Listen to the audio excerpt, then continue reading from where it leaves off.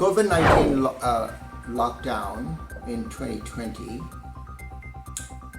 was a massive blow to many people, many industries. In fact, after when the lockdown was eased, I recall going into New York City and found out that a lot of my favorite food carts, food trucks, were out of business. They no longer existed. At the same time, many restaurants went out of business. Remote or hybrid work became the major norm for most of people, right? Although there is a strong push by big banks such as JP Morgan Chase or even Facebook, Google, they're all pushing more employees to go back to the normal pre-COVID work lifestyle, which was almost 100% in office, if not 5 days in office, 4 days in office out of 5.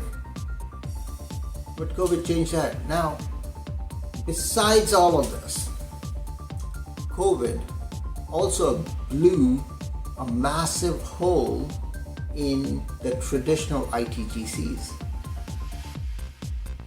Because now, all those financial systems, and let's just talk about financial services industry for a second, all those financial systems that could not be accessed remotely. Now, as an example, traders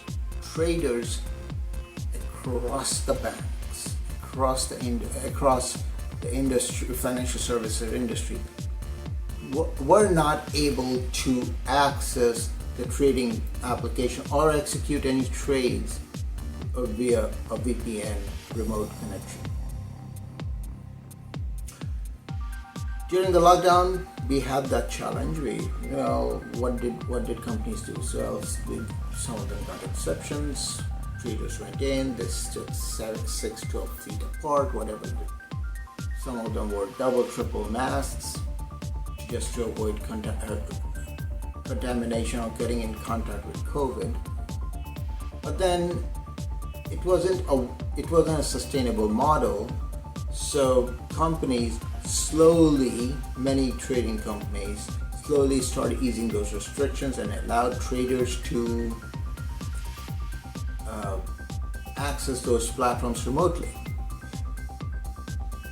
With this, of course, hello and welcome VPN. VPN became more widely adopted. I mean, it was there before. It's been around for decades. I remember when I first started out in the industry, I set up a small VPN tunnel to a server using an IPsec tunnel. Great, it worked out perfectly fine back then. But then the scalable VPN with 100% workforce working remote, that was unheard of. So now what it means is auditors are increasingly demanding about remote access controls, and they expect them to be airtight. Also remember that besides COVID, there is a new trend going on where a lot of companies are moving into the cloud. Some are adopting public cloud infrastructure for their use.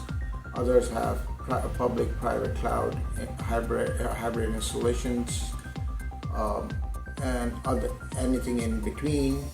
SaaS, of course, is very common, where somebody else hosts your application for you and you just consume it. The data resides with the hosting company. The host is responsible to ensure that the patches are rolled out properly, that the data does not commingle, your data does not commingle with other tenants' data, and etc. There's so many other security considerations and other considerations that come into play.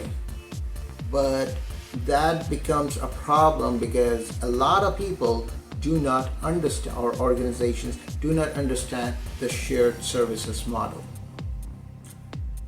This is a perfect case for implementing COBIT. Now in COBIT, one of the controls, DSS 05, talks about managed security services, and it's a good control to implement